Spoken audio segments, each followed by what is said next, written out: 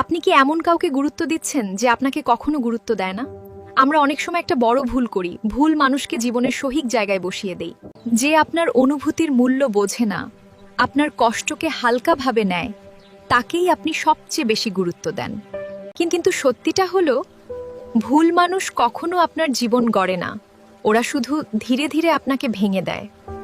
আপনি ভাবেন একদিন সে বদলাবে, কিন্তু মানুষ বদলায় না যদি সে নিজে বদলাতে না চায়। তাই নিজের মূল্যটা বুঝুন। আপনার সময়, আপনার ভালোবাসা, এগুলো সবার জন্য না।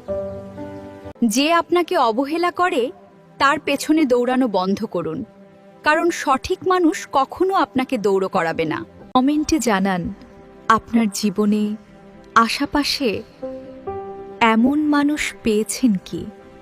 এমন বাস্তব কথা শুনতে লাইক, কমেন্ট আর ফলো করে সাথে থাকুন।